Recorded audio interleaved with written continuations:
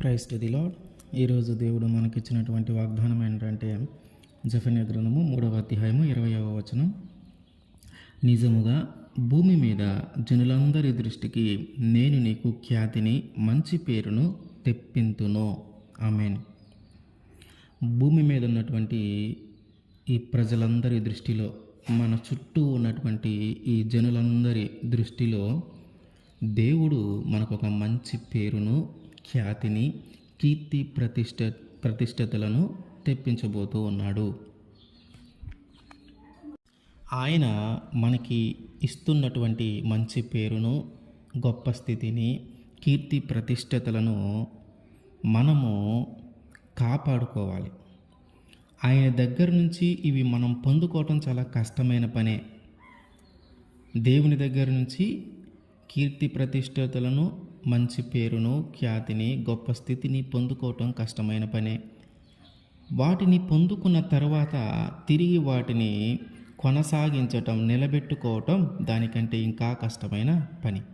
అయితే దేవుడు ఎవరికి కీర్తి ప్రతిష్టలు ఇస్తూ ఉంటాడు, గొప్ప స్థితి, మంచి పేరు ఎవరికి ఇస్తూ ఉంటాడు, దాన్ని ఎలా కాపాడుకోవాలి మనం చూద్దాం. 1వ రాజుల గ్రంథము 10వ అధ్యాయము 1వ వచనం. షేబా దేశపు రాణి యెహోవా నామమును గూర్చియు సొలొమోనుకు కలిగిన కీర్తిని గూర్చియు విని గూఢార్థము గల మాటల చేత అతనిని శోధించుటకై వచ్చెను. సొలొమోనుకి మంచి పేరు ప్రతిష్టలు కలిగి ఉన్నాడు, మంచి కీర్తి కలిగి ఉన్నాడు, గొప్ప స్థితి కలిగి ఉన్నాడు.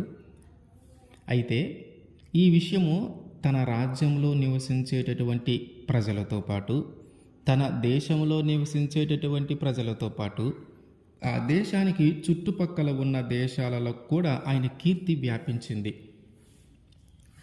ఆ దేశానికి, సొలొమోను నివసించేటటువంటి ఆ దేశానికి చుట్టుపక్కల ఉన్న దేశాలలో కూడా సొలొమోను యొక్క గొప్పతనం గురించి, సొలొమోను యొక్క పేరు ప్రతిష్టల గురించి, సొలొమోను యొక్క ఖ్యాతిని గురించి, సొలొమోను యొక్క కీర్తిని గురించి ఆ చుట్టుపక్కల ఉన్న దేశాలందరికీ తెలుస్తూ ఉంది. ఆ చుట్టుపక్కల దేశాలన్నీ వ్యాపిస్తూ ఉంది. వాటిలో ఒక దేశమైనటువంటిది షేబా దేశము. ఈ షేబా దేశంలో ఉన్నటువంటి రాణి ఏం చేసిందంటే, ఈ సొలొమోను గురించి వింటూ ఉన్నదంతా నిజము కాదేమో, ఇదంతా అబద్ధమేమో, ఏదో కొంచెము కల్పించి చెప్తా ఉన్నారు, ఇదంతా నిజము కాదు, అసలు నిజమేందో తెలుసుకుందాం. నేను కొన్ని ప్రశ్నలు అడుగుతాను ఆయన్ని, గూఢార్థం కలిగిన వాటిని నేను ఆయన అడుగుతాను, ఆయన చెప్పలేకపోతాడు ఖచ్చితంగా. ఇదంతా నిజం కాదు, ప్రజలేదో చెప్పుకుంటా ఉన్నారు, ఆయన ఏదో గొప్పవాడు, తెలివిగల్లవాడు అని వాళ్ళు అనుకుంటా ఉన్నారు, ఇదంతా నిజం కాదు అని నిరూపిద్దామని ఈమె సొలొమోను దగ్గరికి వచ్చింది. వస్తూ చాలా బహుమతులు తీసుకొని వచ్చింది. అయితే అసలు ఈ సొలొమోను ఎవరు, ఈయనకి ఆ గొప్ప పేరు ఏంటి, ఆయనకి కలిగినటువంటి ఖ్యాతి ఏంటి, అది ఎలా వచ్చింది? సొలొమోను ఎవరు, ఆయనకున్నటువంటి గొప్పతనం ఏంటి, అది ఎలా వచ్చింది? సొలొమోను దావీదు యొక్క కుమారుడు. దావీదు చనిపోయిన తర్వాత రాజుగా ఉండేటటువంటి వ్యక్తి సొలొమోను. అంటే దావీదు చనిపోయిన తర్వాత ఆయన కుమారుడైనటువంటి సొలొమోను రాజుగా ఏర్పరచబడ్డాడు. అయితే ఈయనకున్నటువంటి కీర్తి ఏంటంటే 3వ అధ్యాయము 1వ రాజుల గ్రంథము 3వ అధ్యాయము 7-14 దాకా చదువుదాం. నా దేవా యెహోవా, నీవు నా తండ్రివైన దావీదునకు బదులుగా నీ దాసుడనైన నన్ను రాజుగా నియమించి ఉన్నావు. అయితే నేను బాలుడను, కార్యములు జరుపుటకు నాకు బుద్ధి చాలదు. నీ దాసుడనైన నేను నీవు కోరుకొనిన జనుల మధ్య ఉన్నాను. వారు విస్తరించి ఉన్నందున వారిని లెక్కపెట్టుటయు, వారి విశాల దేశమును తనిఖీ చేయుటయు అసాధ్యము. ఇంత గొప్పదైన నీ జనమునకు న్యాయము తీర్చగలవాడు ఎవడు? కాబట్టి నేను మంచి చెడ్డలను వివేచించి నీ జనులకు న్యాయము తీర్చినట్లు నీ దాసుడనైన నాకు వివేకము గల హృదయము దయచేయుము. సొలొమోను చేసిన ఈ మనవి ప్రభువుకు అనుకూలమాయను గనుక దేవుడు అతనికి ఈలాగు సెలవిచ్చెను, దీర్ఘాయువునైనను ఐశ్వర్యమునైనను నీ శత్రువుల ప్రాణమునైనను అడుగక న్యాయములను అనుగ్రహించుటకు వివేకమును అనుగ్రహించమని నీవు అడిగితివి. నీవు ఇలాగున అడిగినందున నీ మనవి ఆలకించుచున్నాను. బుద్ధి వివేకములు గల హృదయమును నీకిచ్చుచున్నాను. పూర్వీకులలో నీ వంటివాడు ఒకడును లేడు, ఇక మీదట నీ వంటివాడు ఒకడును ఉండడు. మరియు నీవు ఐశ్వర్యమును ఘనతను ఇమ్మని అడుగకపోయినను నేను వాటిని కూడా నీకిచ్చుచున్నాను. అందువలన నీ దినములన్నిటిన రాజులలో నీ వంటివాడు ఒకడైనను ఉండడు. ఎట్లా వచ్చింది ఆయనకి కీర్తి? ఎట్లా వచ్చింది ఆయనకి అంటే, ఆయన ప్రార్థన చేస్తూ ఉన్నాడు, దేవుడిని అడుగుతూ ఉన్నాడు. దావీదు చనిపోయిన తర్వాత సొలొమోను సింహాసనము అధిష్ఠించాడు. ఆయన రాజుగా ఏర్పాటు చేయబడ్డాడు. రాజుగా ఏర్పాటు చేయబడిన తరువాత దేవుడికి ఆయన ప్రార్థన చేస్తూ ఉన్నాడు. ఏమనంటే, నేను నా తండ్రి తర్వాత నన్ను రాజుగా నీవే నియమించావయ్యా. నీ కృప వల్లనే నేను రాజుగా అయ్యాను. అయితే వీళ్ళందరినీ పరిపాలించటానికి నాకు తెలివి లేదు, జ్ఞానము లేదు. వీళ్ళేమో చాలా ఎక్కువ మంది ఉన్నారు. వీళ్ళందరికీ న్యాయం తీర్చాలంటే నాకు తెలివి లేదు, నాకు జ్ఞానము లేదు అని దేవుని దగ్గర ప్రార్థన చేస్తూ ఉన్నాడు. దేవుడి దగ్గర అడుగుతూ ఉన్నాడు. వాస్తవంగా రాజు స్థానంలో ఉన్నటువంటి వ్యక్తి అడగాల్సినవి ఏంటి అంటే, ఆస్తిని, ఐశ్వర్యమును, తర్వాత రాజ్యమును, ఎవరైనా శత్రువులు తమ మీదకి దండెత్తకుండా చూడమని, లేదంటే శత్రువుల మీదకి నేను దండెత్తడానికి వెళ్తా ఉన్నాను, వారి రాజ్యాన్ని నేను ఆక్రమించుకోవడానికి వెళ్తా ఉన్నాను, నాకు విజయాన్ని ఇవ్వమని, ఇవి అడగాలి. శత్రువులు మన మీదకి రాకుండా కాపాడమని, అట్లాగే మనం ఎవరి రాజ్యాన్ని అయినా ఆక్రమించుకోవాలని, వారి రాజ్యాన్ని జయించాలని మనం వెళితే ఆ రాజ్యాన్ని జయించేలాగున మనకి సహాయం చేయమని మనం రాజు స్థితిలో ఉన్నటువంటి వ్యక్తి అడుగుతూ ఉంటాడు. అట్లాగే తనకి మంచి ఆస్తిని, మంచి ఐశ్వర్యమును, మంచి ఆయుష్ను ఇవ్వమని అడుగుతూ ఉంటారు రాజులు. కానీ ఈయన ఏం అడిగాడు? నాకు జ్ఞానం లేదు, తెలివి లేదు, ఇంతమందికి నేను న్యాయం తీర్చలేను కాబట్టి నాకు తెలివి, జ్ఞానము దయచేయమని ఈయన అడుగుతూ ఉన్నాడు. వాస్తవంగా దేవుడు కానీ మనకు ఒక అవకాశం ఇస్తే, నీకేం కావాలో కోరుకో అన్నట్టుగా కానీ దేవుడు మనకు ఒక అవకాశం ఇస్తే, మనం అడిగేవన్నీ కూడా ఈ ప్రజలందరికీ ఈ భూమి మీద ఉన్న వాటిలో ఏదైతే గొప్పదో అదే అడుగుతూ ఉంటాం. అంటే ఆస్తులు కానీ, అంతస్తులు కానీ, పొలాలు కానీ, ఇట్లాంటి వాటికి సంబంధించే మనం అడుగుతూ ఉంటాం. లేదా మంచి ఆయుష్ని ఇవ్వమని అడుగుతూ ఉంటాం. కానీ మంచి తెలివిని, జ్ఞానాన్ని ఇవ్వమని మనం అడగటము చాలా తక్కువ సందర్భాల్లో జరుగుతూ ఉంటుంది. కానీ రాజు స్థితిలో ఉన్నటువంటి వ్యక్తి ఈయన అడుగుతూ ఉన్నాడు, తెలివిని, జ్ఞానాన్ని ఇవ్వయ్యా, ఇంతమందిని పరిపాలించటం నా వల్ల కాదు. వాస్తవంగా ఆయన తెలివిగా, జ్ఞానంగా ఉండకపోయినా ఆయనకున్న తెలివితో కూడా ఆయన పరిపాలించి రాజ్యాన్ని ముందుకు తీసుకొని వెళ్ళవచ్చు. ఎందుకంటే రాజు ఏదంటే అదే, రాజు ఏది చెప్తే అదే, మంచిదైనా చెడ్డదైనా ప్రమాదమైనా అందరికీ ఉపయోగపడేదైనా ఉపయోగపడదైనా సరే రాజు ఏది చెప్తే అది జరుగుతూ ఉంటుంది. రాజ్యంలో ఇంకా ఆయనకి ఎదురు ఉండదు. కానీ ఈయనేమనుకుంటా ఉన్నాడు, అందరినీ చక్కగా పరిపాలించాలి, అందరికీ న్యాయం తీర్చాలి, ఎవరికి ఎలాంటి ఇబ్బంది కలగకుండా చూడాలి ప్రజలని. నా తండ్రి మంచిగా వీళ్ళని పరిపాలించాడు, నేను కూడా వీళ్ళని మంచిగా పరిపాలించాలి అనే ఆశతో ఆయన తెలివిని, జ్ఞానాన్ని అడుగుతూ ఉంటే దేవుడు ఏమంటా ఉన్నాడంటే, సాధారణంగా రాజులు ఇట్లాంటివి అడగరు.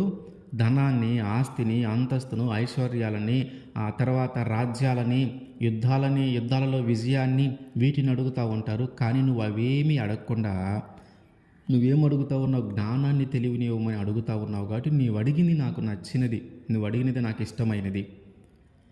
మనం అడిగేది కూడా, మన జీవితంలో మనం అడిగేది కూడా దేవుడికి మంచిగా అనిపించాలి. ఎప్పుడు చూసినా నాకు అది లేదు ఇవ్వు, అది లేదు ఇవ్వు, నాకు ఈ పొలం ఇవ్వు, స్థలాలు ఇవ్వు, బంగారం ఇవ్వు, ఆస్తులు ఇవ్వు, అంతస్తులు ఇవ్వు, ఇవన్నీ అడుగుతూ ఉంటే దేవుడికి కూడా అనుకూలంగా అనిపించాలి కదా. మనం అడిగేది దేవునికి కూడా అనుకూలంగా అనిపించాలి కదా. సొలొమోను అడిగింది దేవునికి అనుకూలంగా అనిపించింది, ఇష్టంగా అనిపించింది. ఏం చేశాడు దేవుడు? ఆ బుద్ధి జ్ఞానముతో పాటు మిగతా వాటిని కూడా ఇచ్చాడు. ఆస్తి, ఐశ్వర్యం, ఆయుష్, మిగతావన్నీ కూడా ఇచ్చాడు. పర్టికులర్గా ఆయన నాకు ఆస్తి కావాలా, అంతస్తు కావాలా, ఆయుష్ కావాలా, ఎక్కువ కాలం నేను పరిపాలించాలా, యుద్ధాల్లో నాకు విజయం కావాలా, ఇట్లాంటివి అడగల.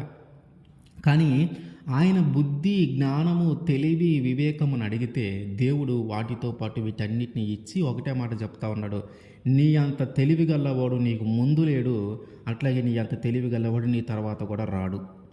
అసలు ఎంత గొప్ప స్టేట్మెంట్ ఇస్తా ఉన్నాడు చూడండి. సొలొమోను అంత తెలివి గల్లవాడు ముందు పరిపాలించిన రాజులు ఎవరు లేరంట. సొలొమోనుకి ఇచ్చేటటువంటి జ్ఞానము ఇక ముందు తరంలో ఎవరికి ఉండదంట. అంటే సొలొమోను తెలివి గల్లవాడు ఎవరయ్యా అంటే సొలొమోను ఒక్కడే. ఈ సొలొమోను ఒక్కడే తెలివి గల్లవాడు. అంటే ఇప్పుడు ఈయనకి ఈ తెలివి జ్ఞానమును బట్టి ఈయనకు ఒక మంచి పేరు వస్తూ ఉంది. ఈయన దగ్గర ఐశ్వర్యము, ఆస్తి, అంతస్తు ఇవన్నీ దేవుడు ఇచ్చాడు కాబట్టి ఒక గొప్ప వ్యక్తిగా కీర్తి ప్రతిష్టలు, పరువు ప్రతిష్టలు, కీర్తి, ఖ్యాతి, మంచి పేరు, గొప్ప స్థితి ఇవన్నీ కలిగినాయి అని ఆ రాజ్యంలో తెలుస్తూ ఉంది, ఆ దేశంలో తెలుస్తూ ఉంది. అట్లాగే ఆ దేశానికి చుట్టుపక్కల ఉన్న అన్ని దేశాలకు తెలుస్తూ ఉంది. అయితే అసలు సొలొమోనుకి ఈ ఆలోచన ఎట్లా వచ్చింది? దేవునికి ప్రార్థన చేయాలని, దేవుణ్ణి అడగాలని ఈ ఆలోచన సొలొమోనుకి ఎలా వచ్చింది? దేవునికి ప్రార్థన చేసి దేవుణ్ణి అడిగితే మనము నీతిగా, నిజాయితీగా, యథార్థవంతంగా జీవిస్తూ ఆయన అడిగితే ఇస్తాడని సొలొమోనుకి ఎవరు చెప్పారంటే తన తండ్రి అయినటువంటి దావీదు చెప్పాడు.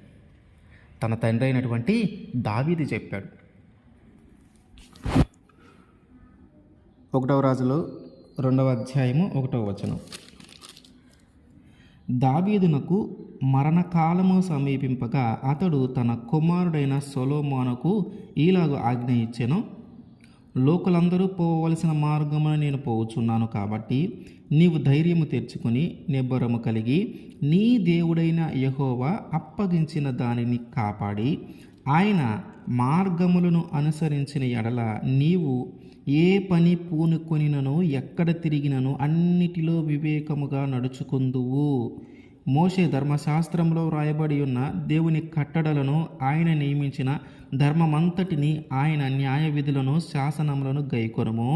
అప్పుడు నీ పిల్లలు తన ప్రవర్తన విషయములో జాగ్రత్తగా నుండి నా ఎదుట తన పూర్ణ హృదయముతోనూ పూర్ణ మనస్సుతోనూ సత్యమును అనుసరించి నడుచుకుని ఎడల ఇశ్రాయేలు రాజ్యము సింహాసనము మీద ఆసీనుడగు ఒకడు నీకు ఉండక మానడని యెహోవా నన్ను గురించి ప్రమాణము చేసిన మాట స్థిరపరచును. ఏం చెప్తా ఉన్నాడంటే ఆయన మార్గములను అనుసరించిన ఎడల నీవు ఏ పని పూనికొనినను ఎక్కడ తిరిగినను అన్నిటిలో వివేకముగా నడుచుకొందువు. మోషే ఏమని చెప్తా ఉన్నాడంటే ఎప్పుడైతే నువ్వు దేవుని మార్గములలో నడుస్తూ ఉంటావో, ఎప్పుడైతే దేవునికి చిత్తంగా నువ్వు నడుస్తూ ఉంటావో, ఆయన మీద నువ్వు ఆధారపడతా ఉంటావో, నువ్వు ఎక్కడికి వెళ్ళినా విజయము సాధిస్తావు. దానికి తోడు ఇంకొకటి ఉందయ్యా, ఏంటంటే దేవుడు నాకు ఒక వాగ్దానం చేశాడు. ఏమనంటే నీ పితరులు నీ తర్వాత నీ సంతానము ఎవరైనా న్యాయముగా, నీతిగా, యథార్థవంతంగా మోషే చెప్పినటువంటి ఆ ధర్మశాస్త్రాన్ని కానీ పాటిస్తూ ఎవరైతే ఉంటారో వాళ్ళు ఉన్నంత కాలము నీ సంతానమే ఇశ్రాయేలీయుల మీద రాజుగా ఉంటారు, నీ సింహాసనాన్ని నేను స్థిరపరుస్తాను అని నాకు వాగ్దానం చేశాడు. కాబట్టి నువ్వు జాగ్రత్తగా నడుచుకోయా, నువ్వు దేవుని మీద ఆధారపడు, నువ్వు దేవునికి ఇష్టమైన వ్యక్తిగా జీవించు, నువ్వు దేవుని చిత్తముగా జీవించు, ఆయన మార్గములు ఏంటో తెలుసుకో, ఆయన మార్గములను ఎరిగి ప్రవర్తించు, ఆయన మార్గములను నీవు నడుచుకో అని సొలొమోనుకి తన తండ్రి చెప్పాడు. మరి మనము మన పిల్లలకి ఎప్పుడైనా చెప్తా ఉన్నామా దేవుని దగ్గరగా బ్రతుకు, దేవుని చిత్తముగా బ్రతుకు, దేవుని మార్గములలో నడువు, దేవుని చిత్తముగా నువ్వు జీవిస్తే నువ్వు ఎక్కడికి వెళ్ళినా వివేకముగా నడుచుకుంటావు, నువ్వు ఎక్కడికి వెళ్ళినా ఏ ప్రమాదము నీ మీదకి రాకుండా దేవుడు కాపాడతాడు. దేవుని మీద ఆధారపడి జీవిస్తూ ఉండు, దేవునికి ఇష్టమైన వ్యక్తిగా నువ్వు జీవిస్తూ ఉండు. నువ్వు అట్లా జీవిస్తూ ఉన్నప్పుడు నువ్వు ఏ పరిస్థితుల్లో ఉన్న దేవుడు నేను కాపాడతాడు. నువ్వు ఎలాంటి ప్రమాదంలో ఉన్న ప్రమాదము నీ మీదకి రాకుండా దేవుడు కాపాడతాడు. నువ్వు ఎక్కడికి వెళ్ళినా వివేకముగా ప్రవర్తించి, తెలివిగా ప్రవర్తించి దాని నుంచి నువ్వు తప్పించుకోగలవు. దేవుడు ఎల్లప్పుడూ నీకు తోడుగా ఉంటాడని మన పిల్లలకి మనము చెప్పగలుగుతా ఉన్నామా? దావీదైతే రాజుగా ఉన్నాడు, రాజుగా ఉన్నాడు కాబట్టి గర్వించి నీకేం కాదురా, నా తర్వాత నువ్వే రాజుగా అవుతావు, నీకేం ఇబ్బంది లేదు, నీ ఇష్టం వచ్చినట్టుగా బ్రతుకు అని ఆయన చెప్పలా. రాజుగా ఉన్నటువంటి వ్యక్తి తర్వాత తన కుమారుడు రాజుగా అవుతాడని తెలిసి తన కుమారుణ్ణి నీకు ఇష్టం వచ్చినట్టుగా బ్రతుకు, నువ్వు రాజువి, నీకేమి ఎదురు లేదు, నీవెవరికి భయపడాల్సిన పని లేదు, అందరూ నీ మాటే వింటారు కాబట్టి నీ ఇష్టమే, నీ మాటే శాసనం, నువ్వేది చెప్తే అది జరుగుతుంది అన్న రీతిలో ఆయన చెప్పలా.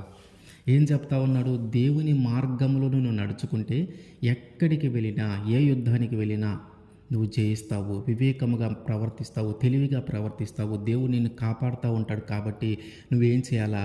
దేవుని మార్గములు ఏంటో తెలుసుకో, ఆయన మార్గములలో జీవించు, ఆయన మార్గములలో నడువు, ఆయనకి ఇష్టమైన వ్యక్తిగా నువ్వు జీవించు. అప్పుడు ఏమి జరిగినా ఆయన నిన్ను కాపాడతాడు. వివేకము నీకు వస్తుంది, తెలివిగా నువ్వు ప్రవర్తిస్తూ ఉంటావని ఆయన తన తండ్రి అయినటువంటి దావీదు సొలొమోనుకి తెలియజేస్తూ ఉన్నాడు. ఆయన రాజే, అహంకారంతో గర్వంతో ఆ మాటలు చెప్పాల. మన పిల్లలకి కూడా మనము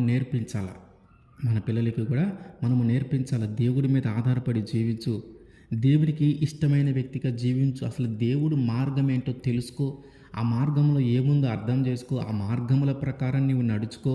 ఆ మార్గంలో నువ్వు జీవిస్తూ ఉంటే ఏ ప్రమాదము నీ దగ్గరికి రాకుండా దేవుడు కాపాడుతాడు. ఏ పరిస్థితుల్లోకి నువ్వు వెళ్ళిపోయినా తెలివిగా దాని నుంచి బయటపడేలాగా దేవుడు చేస్తాడు. కాబట్టి దేవునికి ఇష్టమైన వ్యక్తిగా నువ్వు జీవించు. ఒక మంచి జీవితాన్ని, గొప్ప పేరును, ప్రతిష్టతలను, గొప్ప స్థితిని, మంచి పేరును, ఉన్నతమైన స్థితిలో ఆయన నిన్ను ఉంచుతాడు. ఆయన మీద ఆధారపడి జీవించు, ఆయన మార్గములలో జీవించని మన పిల్లలకి మనము బోధించాలి.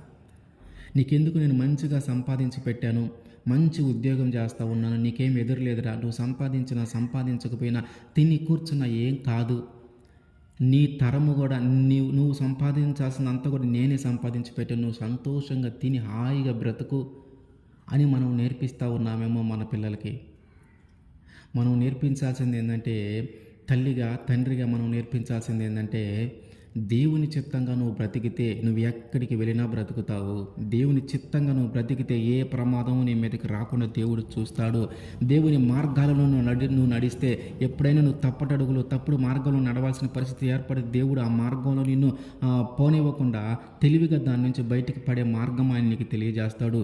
దేవుడి మీద కానీ నువ్వు ఆధారపడి జీవిస్తే నువ్వు ఏదైతే కోరుకుంటా ఉన్నావో, ఏదైతే ఆశపడతా ఉన్నా అలాంటి ఆ మంచి జీవితాన్ని, ఒక ఉన్నతమైన స్థితిని, ఒక గొప్ప పేరును, ఖ్యాతిని, కీర్తి, ప్రతిష్టతలను ఆయనకి దయచేస్తారు. కాబట్టి నువ్వు తల్లిదండ్రుల మాట కంటే కూడా దేవుని మాట ప్రకారం నువ్వు జీవించు.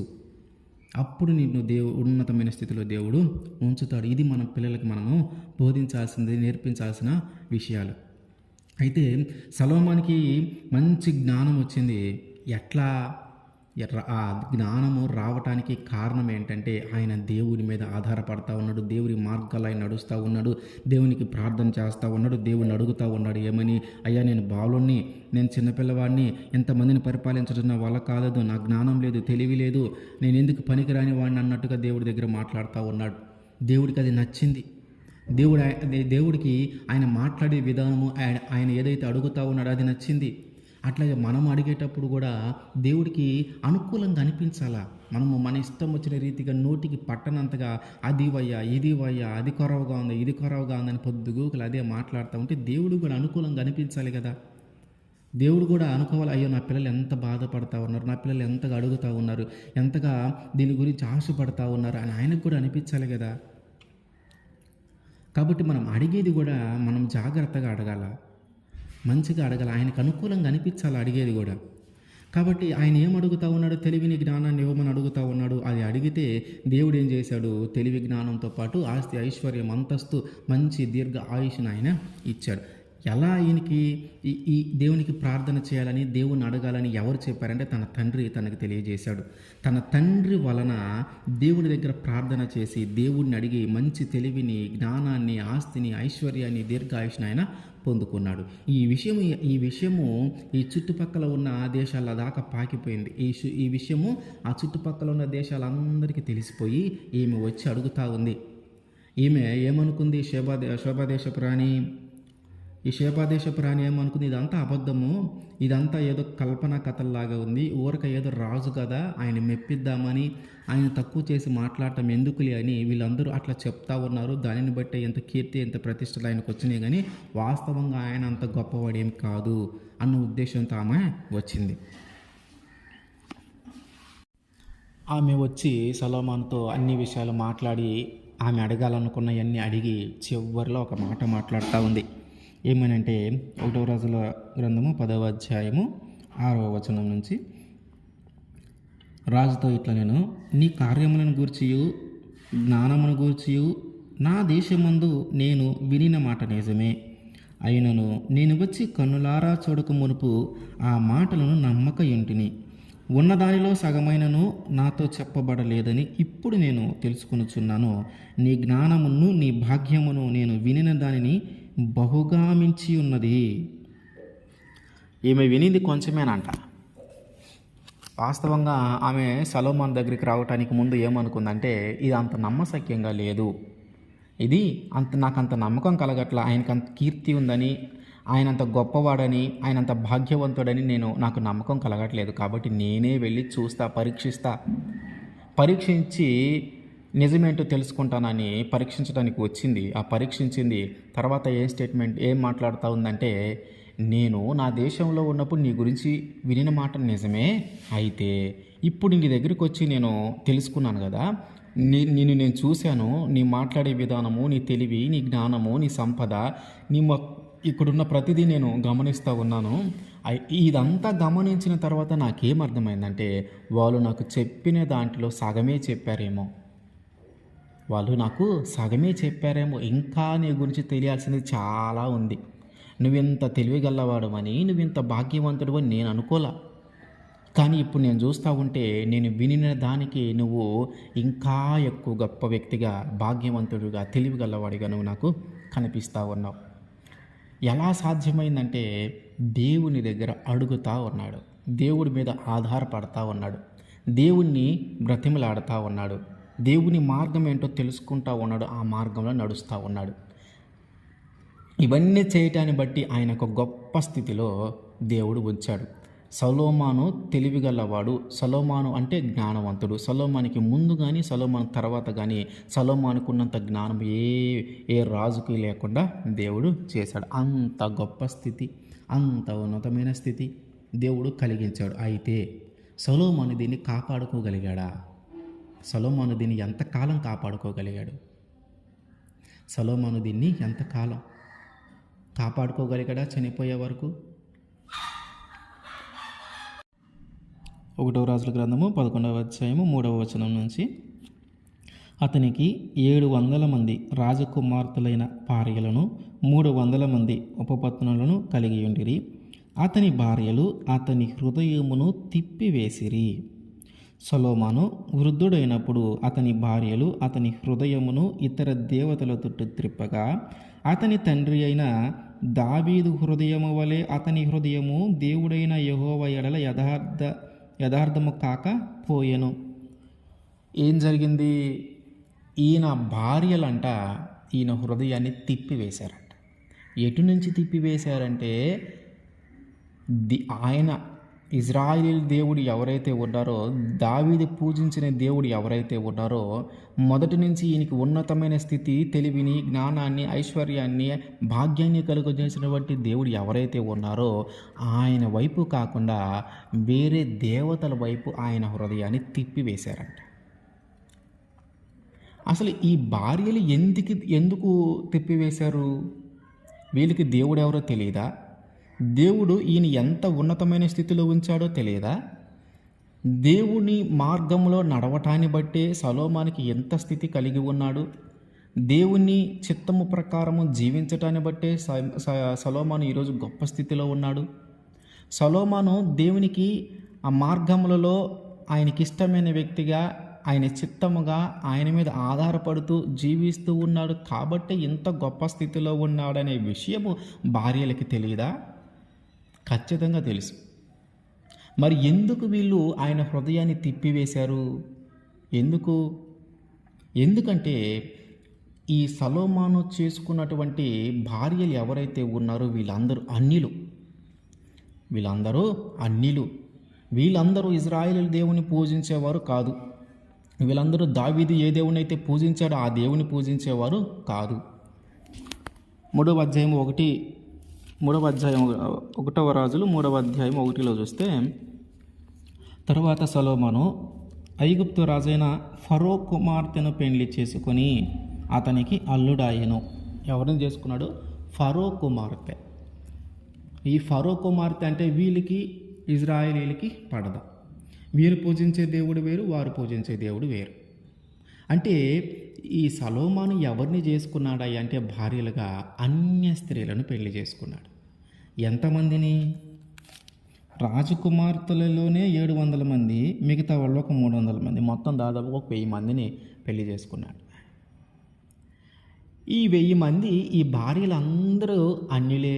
వీళ్ళందరూ ఏం చేశారంటే చిన్న చిన్నగా దేవుని వైపు, నిజమైన దేవుని వైపు కాకుండా ఎవరినైతే వీళ్ళ తండ్రి పూజించాడో, ఎవరి వల్ల అయితే వీళ్ళ తండ్రి ఒక ఉన్నతమైన స్థితిలో ఉన్నాడో, ఎవరి వల్ల అయితే ఈ తండ్రి దావీదు తర్వాత సొలొమోను రాజుగా ఏర్పాటు చేశాడో, ఆ సొలొమోన్ని ఏర్పాటు చేశాడో, తర్వాత సొలొమోనికి బుద్ధి, జ్ఞానము, తెలివి, ఐశ్వర్యము, ఆస్తి, అంతస్తు, సమాధానము, శాంతి, యుద్ధములు లేకుండా శాంతి, ఒక దీర్ఘ ఆయుష్, ఈ అన్ని కలుగజేసిన దేవుని వైపు కాకుండా అన్య స్త్రీల వైపు, అన్య దేవతల వైపు ఈ అన్య స్త్రీలు తిప్పివేశారు.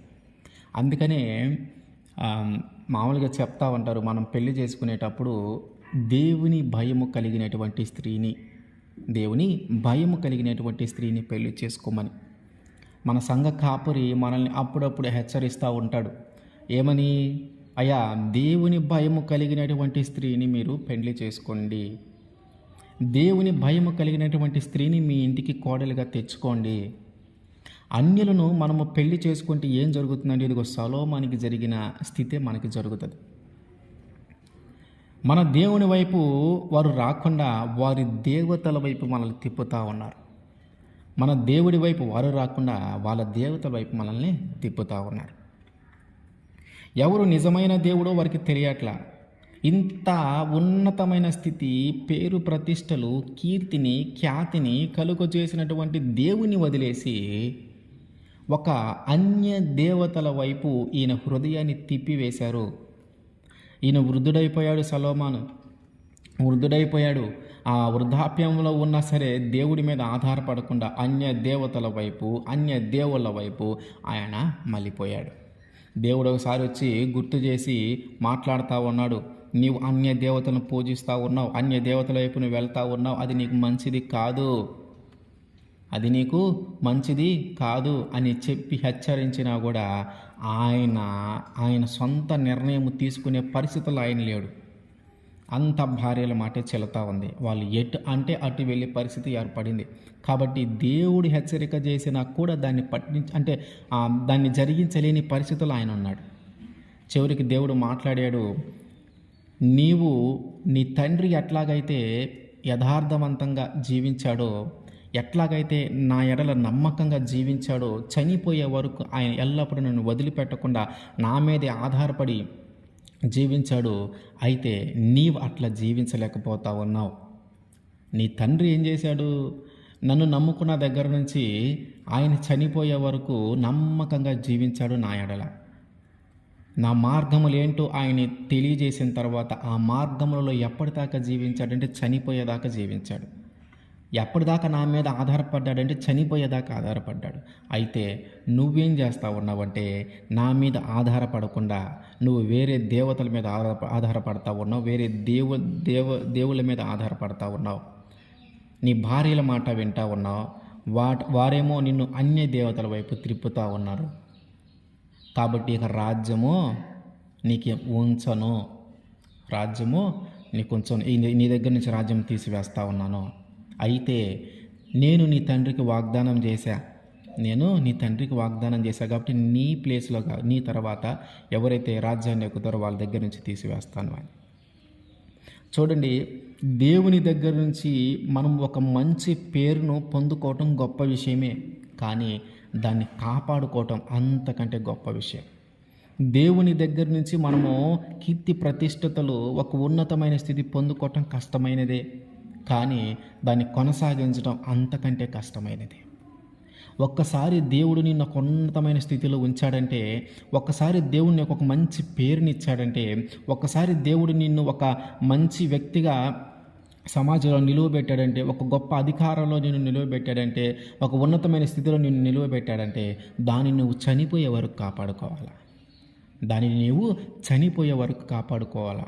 మధ్యలో నువ్వు వేరే ఆ మార్గాలలో వెళ్ళి ఆయన్ని అవమానపరచకూడదు. ఏ స్థితిని బట్టి నువ్వు ఎన్నిసార్లు ఆయన్ని అడిగితే, ఎన్నిసార్లు ఆయన దగ్గర మొరపెడితే దేవుడు నిన్ను ఆ ఉన్నతమైన స్థితిలో ఉంచాడో ఒకసారి నువ్వు జ్ఞాపకం చేసుకోవాలి. ఎన్నిసార్లు నువ్వు ఉపవాసం ఉన్నావో, ఎన్నిసార్లు దేవుడి దగ్గర ప్రార్థన చేస్తూ ఉన్నావో, ఎన్నిసార్లు నువ్వు కన్నీళ్ళు విడుస్తూ ఉన్నావో, వాటన్నిటిని చూసి ఆయన నిన్ను ఒక ఉన్నతమైన స్థితిలో, నీ వాళ్ళందరికంటే, నీ జనులందరికంటే నిన్ను ఒక ఉన్నతమైన స్థితిలో ఆయన ఉంచాడంటే, నీవు దాన్ని జ్ఞాపకం ఉంచుకోవాలా. ఎప్పటి వరకు అంటే చనిపోయే వరకు. నీవు చనిపోయే వరకు అదే స్థితిలో నువ్వు ఉంటావు. నువ్వు దేవుడి మీద ఎప్పుడైతే ఆధారపడి జీవిస్తూ ఉంటావో, దేవుడి మీద ఎప్పుడైతే ఆయనకి ఇష్టమైన వ్యక్తిగా నువ్వు జీవిస్తూ ఉంటావో, ఆయన మార్గాలలో నువ్వు ఎప్పుడైతే నడుస్తూ ఉంటావో, నువ్వు నడిచినంత కాలము, ఆయన మీద ఆధారపడినంత కాలము నీ స్థితి అలాగే కొనసాగుతుంది. ఎప్పుడైతే దేవుడి మీద ఆధారపడకుండా దిగజారిపోతూ ఉంటావో, అన్ని దేవతల వైపు, వేరే వాటి వైపు ఆధారపడటానికి నువ్వు ప్రయత్నం చేస్తావో, దేవుడు ఏ స్థితిలో అయితే నిన్ను ఉంచుతాడో అక్కడి నుంచి నువ్వు చిన్నగా పడిపోవటం ప్రారంభమవుతూ ఉంటుంది. కాబట్టి దేవుని దగ్గర నుంచి మనము మంచి పేరు సంపాదించుకోవటం కష్టమైన పనే, కానీ సంపాదించుకున్న తర్వాత దానిని కొనసాగించటం ఇంకా కష్టమైన పని. దేవుడు మనకు వాగ్దానం చేస్తూ ఉన్నాడు, జనులందరి దృష్టికి నేను నీకు ఖ్యాతిని, మంచి పేరును, గొప్ప స్థితిని, ఒక ఉన్నతమైన ఆ స్థితిలో నేను ఉంచుతాను అని. దాన్ని మనం పొందుకోవాలా. అట్లాగే దానిని మనము చనిపోయే వరకు కొనసాగించాలా. ఆమేన్.